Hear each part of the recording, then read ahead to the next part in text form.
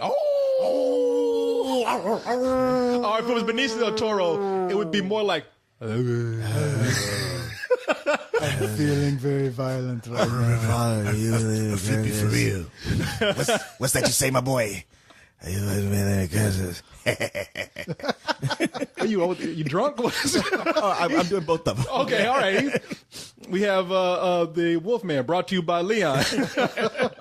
Wolfman. Leon is the Wolfman? That's He's right. a were-lemur at best. Hey, man, I'll bounce all around this room if you keep it up. I'm the were-badger. Badger. Yeah, he'll crawl all up in your ass. You ain't careful. So. Oh, that's the were-hamster. Wow. That's Cyrus's Starting deal. out there already. I'm putting elastic around my pant sleeves. That's all I'm saying. But we say that because I think that Benicio del Toro is really, really, really miscast for this movie. Oh boy, is he miscast in this movie. And I was trying to give that brother a chance. I don't think he's a bad actor. It's not like Keanu Reeves in Bram Stoker's Dracula where you're like, you just can't act. Oh no, that's a whole other level right there. This is like, you just don't belong in this Oops, sorry.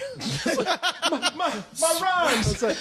You just don't belong in this century, brother. You're so patently not there. I'm surprised you don't pull out your iPhone from time to time and check stuff. You guys are so wrong because when he started to change, he looked like the werewolf as soon as he wrinkled his face. I'm telling you, they saved so much in the makeup budget just using him. Well, you say that, but the reason why he was cast was, first of all, this was a passion project of his for the longest time because he looks like Lon Chaney, and Lon Chaney was always an inspiration for him. You look at him next to a picture of Lon Chaney, it's like, holy crap, this guy really is a good stand-in Lon for Chaney it. Jr. Lon Chaney Jr. Yeah, he does look like him. And he actually is a werewolf. Yes, there you go.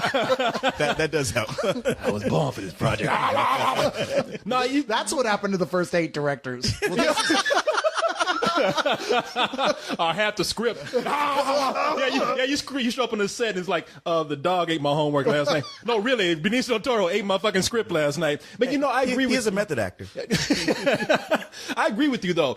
I was saying, like, man, he doesn't look right for this movie. But if there's one thing that I think he is right for, is that he does have a very painful face. I mean, not painful just to look at him, but painful as in he's just carrying a lot of pain in him. And this is a tragedy. I'm really torn on whether or not to say he's miscast in this. I like Del Toro a lot.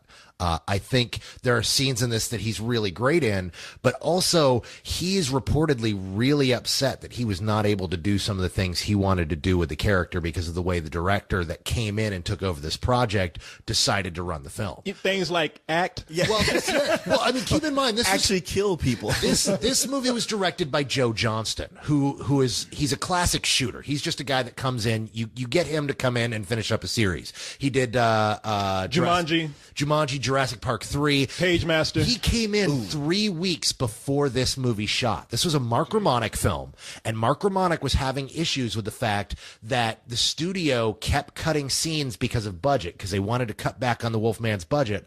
But because it was in the middle of the writer's strike, they couldn't bring in a writer to fix certain elements of the story.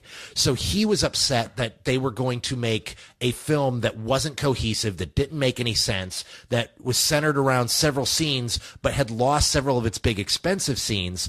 And he kind of gave them the ultimatum and said, look, either you fix this or I walk. And they said, fine, walk. And so he left, whether he was fired or left. Yeah, they brought in other directors like Frank Darabont. Well, they talked to them and they settled on Joe Johnston, who then just came in, took everything that was done and said, okay, action.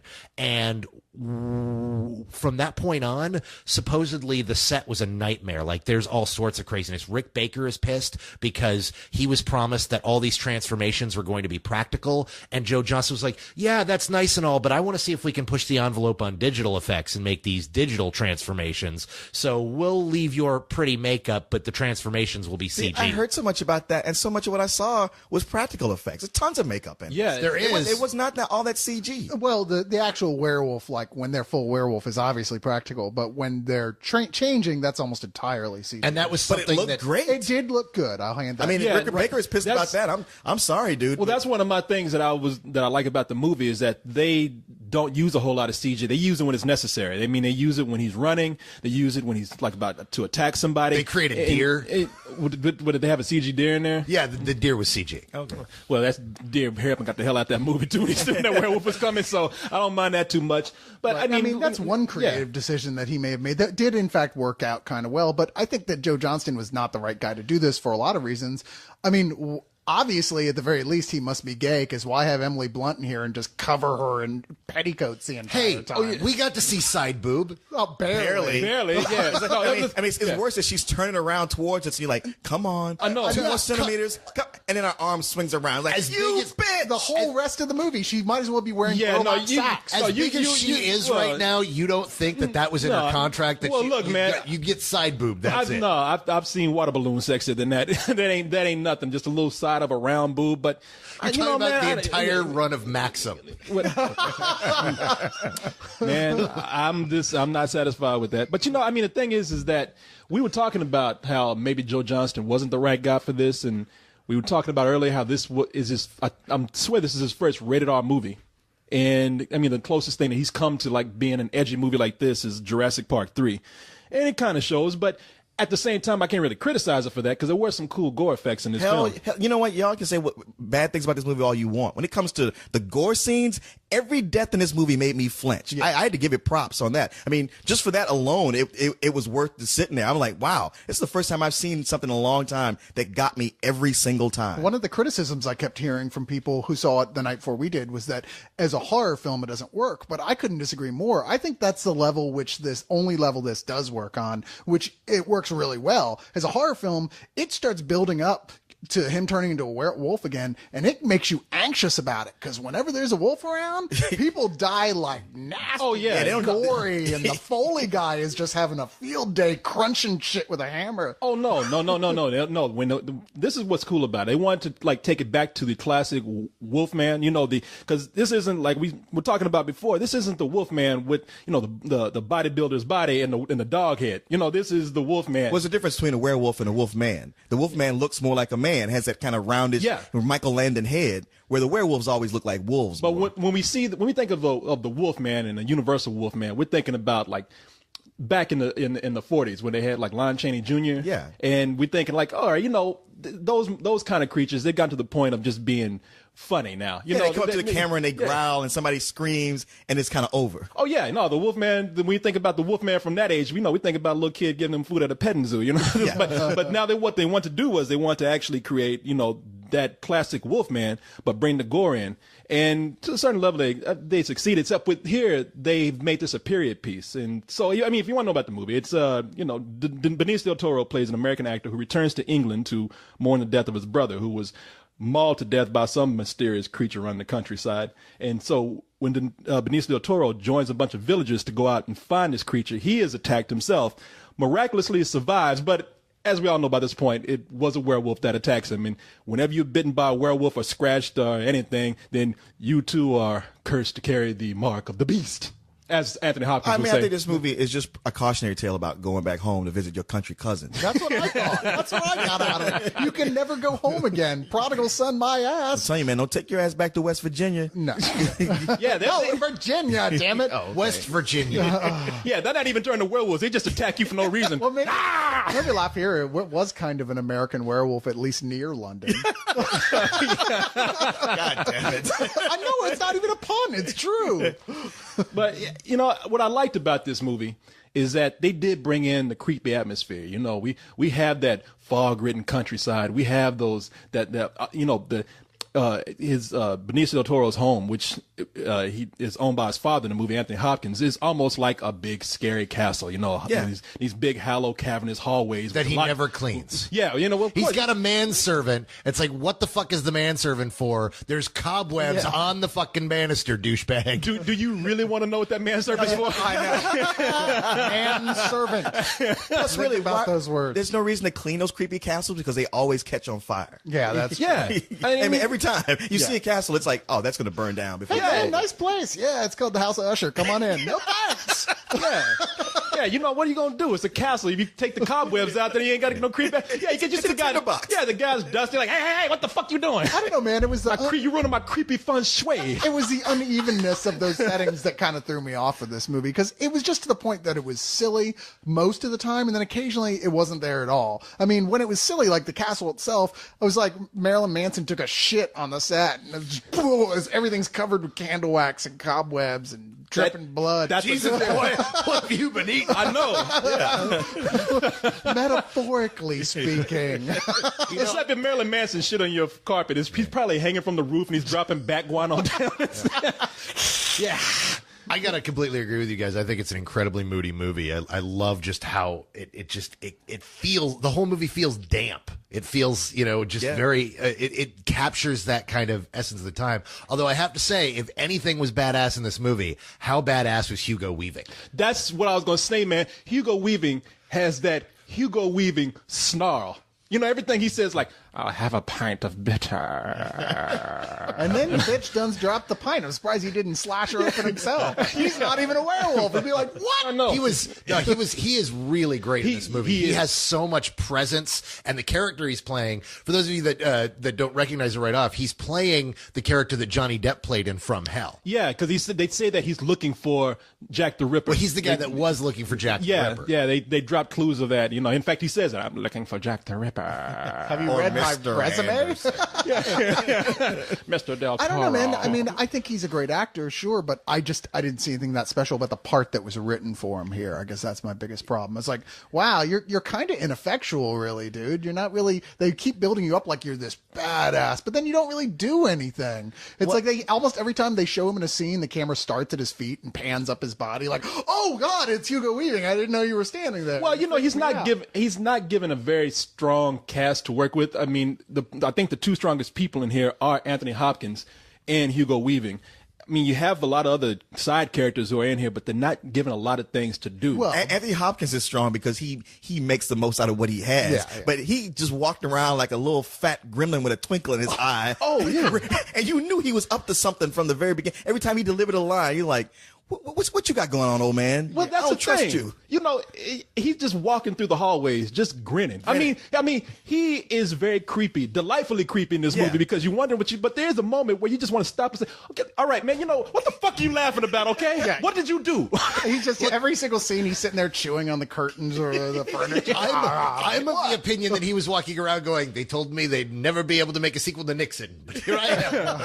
The character who was in here the most, though, that we haven't even talked about yet, who's in almost every single scene, is the goddamn moon. Jesus Christ, we get it already. Yeah. I mean, every scene transition is the moon. Yes, every it's 2 minutes. the Wolfman. Yes, but it's still a point where you're like, we fucking get it. Jesus Christ. Cyrus, I didn't think about it, but I have to agree with it. It was like bugging me, and I couldn't put my finger on it. Oh my God. But that moon was everywhere. It was too much. They should have just had the moon turn around and wink and say, guess what's about to happen? Well, I just like how they're in this geographical anomaly where they have a full moon like every 3 days. I know.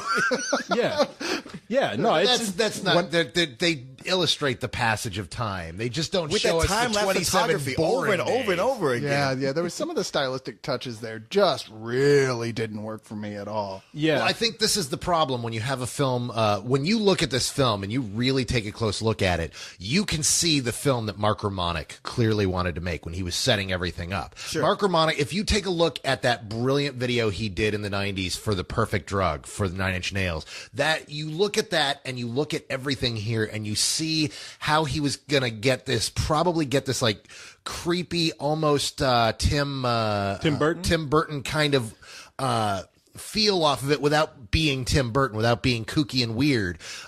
It's very close to Sleepy Hollow. Right. But so you get this kind of vibe, but then without Romanek there and without his eye, and you give it to someone like Joe Johnston, who just makes monster movies and makes movies about people running from monsters, you can see how all that flair kind of gets pushed to the side as he's focusing on action. Yeah. And once again, I can't review the Romanek movie because that's not what got made. Right. What got made was the Johnston film, and it's better than mediocre. I mean, it's. I'm not going to say that, but I would say if you're a big fan of monster films, then by all means you'll probably enjoy this. Well, but I can see people coming out of this really disappointed. Too. Well, I can too, because as much as I was enjoying the film. I mean, I can't say I was loving it. I can't even say I was like really having a great time. I was just like, okay, this is fun. But I really, and I'm not going to ruin anything here, but I really don't like that Kung Fu Climax ending that they had. You know, this where they got pretty much had a, it turned into like a Shaolin werewolf fight. I liked it better in Wolf. You know what? I've seen it, like you mentioned Wolf, and just almost every other werewolf movie I've seen has that. And it's almost like it's a staple of these movies. Yeah, I've never liked it. It's like the dance off, and that's been happening. It's got to have a dance off. Right. You got to have a werewolf fight. I mean, there was complete with a Milli Vanilli chest bump. You know what I mean? But I was willing to forgive it, thinking like, well, there's going to be something really cool after this, and there wasn't. And so I was kind of like, oh man, it needed something better to cap this off. Yeah, I mean, I like the direction it took. I just thought like, oh man, this looks silly. I mean, it just didn't. It looked kind of funny to me. I was laughing more than I was on the edge of my seat. You know, I mean, I really think this movie is a lot of fun overall. I mean, that's the most you can say about it, and that's like kind of almost like a backhanded compliment, because I can't say it was really scary. It was kind of tense in some moments, like you say, when that werewolf attacks, that werewolf ain't fucking around this movie. There are 2 extended werewolf attack scenes that I had me on the edge of my seat, and every time he got somebody, I just kind of folded in on myself, like, God damn. There would I call those 2 scenes a werewolf buffet. You know, it was like slopping werewolf hogs or something. It's I mean, like the day Oprah quits her diet. Wait a minute. Before I say like make it sound like those are the only 2 cool scenes, everything with the asylum was great. Yeah. Okay. Every part of that was creepy. Can I just say something about that asylum? That scene is great because they lock a bunch of people into I'm an talking about asylum. even before. When they first put him in there. Oh, when it's trippy. Oh, Everything from the moment he goes into the asylum to the big werewolf attack, all through that was like the best part of the movie. That was the that's, highlight. That's one of those things where, again, the crew they assembled, there was a production designer in there who's obsessed with the authenticity of that kind of stuff, and apparently did just mounds and mounds of research on what asylums looked like at that time so that he could present a truly realistic, creepy portrayal of how fucked up asylums were. Oh, yeah. They nailed that. Oh, yeah. No, there's a fever dream that Benicio del Toro is having at asylum, and that's pretty effective. What I did not like about I love this scene, I hate this scene. There's a scene where all these people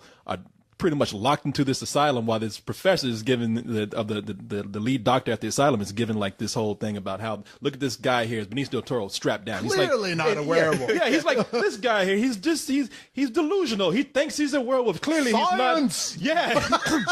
And you could just tell, like, it's one of those scenes where it's just going to be limbs, blood all over the wall, because Benicio del Toro is telling them, like, hey, look, let me go. I'm going to kill everybody in this room if y'all let me out. It's not going to be my fault. It's the, you wouldn't like me when I'm angry. Yeah, exactly. He gives the warning. I'm on wolf crack right now.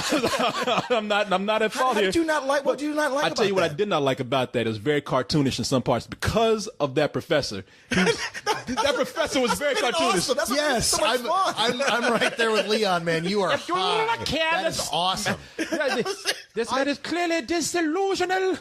That gave me so much more enjoyment than almost anything. The one I was thing thinking that guy is a caricature. I didn't like that. The one thing I'll negatively say about that scene is they really telegraph what happens to that guy so far ahead of time. You're like, come on, man, you can't throw a line out like that and not have us go, come on, really? We're just waiting for it at this point. But you're just sitting there waiting for it, and the anticipation is great. That whole sequence is actually the centerpiece of the fucking movie. That sequence is so badass. Yeah, no, I had a good time with the film. I don't think it's what they wanted it to be, but as much bad press as this movie was getting, I don't think it's as bad as it came out. I really did have a lot of fun, and I got to tell you something. That just based on atmosphere alone, I think on DVD, this is going to be the perfect Halloween film. I was thinking that too. It's like, how well is this going to work when you're watching it at home? Where like some of these parts where it's kind of slow and there's not a whole lot of character development, but you're making your popcorn, you're getting snacks, you're getting everybody ready. So when it gets to the good scenes, you're right there, especially watching in the dark. They deleted a ton of stuff as well. Apparently they're really proud of this DVD they've got coming out. They've got lots of extras, but most importantly,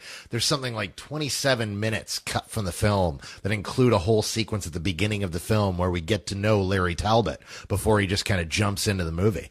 So I'm really curious to see that and see how moody the final cut turns out. Yeah, I mean, after a very slow beginning, I have to say the movie picked up, and it was a really very slow beginning. I mean, in between that slow beginning And I gotta tell you, I just can't say enough how Benicio del Toro was miscast because he was putting me to sleep. I don't think he was miscast at all. I think he was just. I think the direction Johnston took, because I've seen Del Toro a number of times, and he can be all over the map. He can be frenetic. He can be low key, and I think he was being really hamstrung. I'm not saying that he can't act because I think everybody here likes Benicio del Toro, but in this movie, I mean, I don't know, I think maybe it's bad miscast direction. is the wrong word. Well, I don't know because every time I saw him on the screen, I just got the feeling he didn't fit in that period. I mean, he might as well just came on and say, "Hey, you know, brother, I'm a Wolfman." Almost every line he delivered just felt like he was standing out from every other actor in there. Hey, man, come on, I'm a Wolfman. I wasn't clear. Were they saying that his mother was a gypsy that Anthony Hopkins had married? Who cares? No.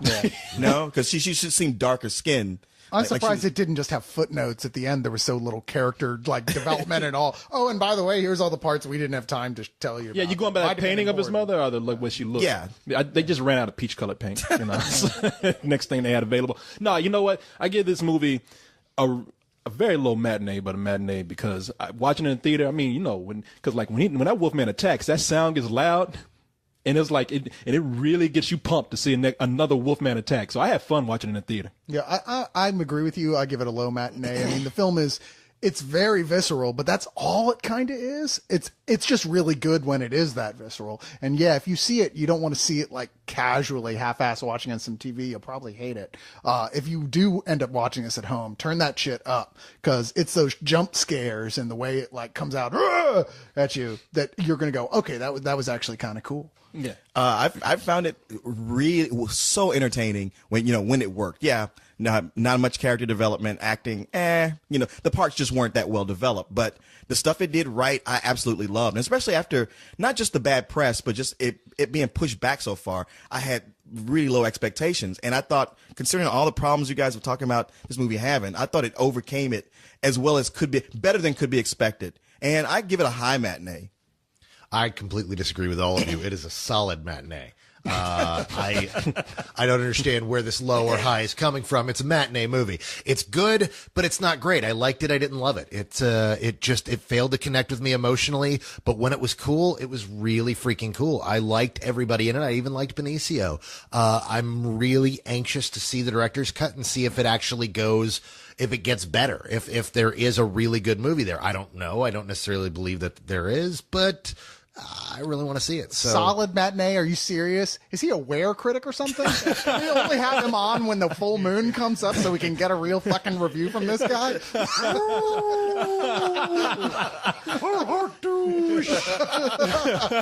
So, there were moments in that movie where when they were trying to capture Benicio del Toro when he was the werewolf, and it did sound like he was like, fuck you! It's like the Hurley bird. So the DVD is supposed to be. It's supposed to be. They're releasing it with the director's cut and tons of extra footage.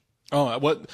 I really would like to see that because I do feel like this movie was missing a lot of stuff. Yeah, no, and that's exactly what you'll feel like walking out going, wow, I really would like to see the longer movie. Yeah. 15 more minutes of side boob. Or not only 15 more minutes of this, but in surround sound stereo. Hugo Weaving and Benicio del Toro just sharing that snappy dialogue.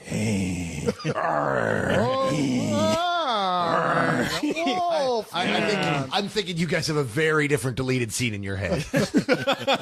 That manservant scene, yes. They had to start from and that was before the costume was on. I just thought, like, what the fuck did he do to this guy, man? Did he get him drunk and let him just roam the set and just grin and smile? Because he always had a glass in his hand. He was always just smiling. He doesn't even know he was in a movie. Yeah. But the thing is he doesn't. There've been things for like 15 years about the fact that he is in and out mentally, that he's still a really great actor because it's so ingrained in what he does. He can memorize his lines. He can walk in, he can create this character. Then he totally forgets doing it. Like, he doesn't remember filming Nixon at all. Well, neither does anyone else. That joke was there, but the truth is, I mean, when it appears that he may not be, entirely there, and so he finds this character, finds what he thinks he needs to be doing, and then just goes and does it, no matter how batshit crazy it is. You know what? He finds a bottle, and then the crew finds a camera, and they just follow him around while he's talking to himself. Because that's what it was like. It was like you could tell that there was nobody on the set with him. He's an alcoholic. He had to go to AA. Well, I wouldn't be surprised if there was just no one on set and he just kind of wandered the halls. Hey, what are you doing? Why are you talking into the microphone like we're still recording? We are still recording. Because we are still recording. Are we really? Hey, I'll cut it back off. I saw it. You been punked.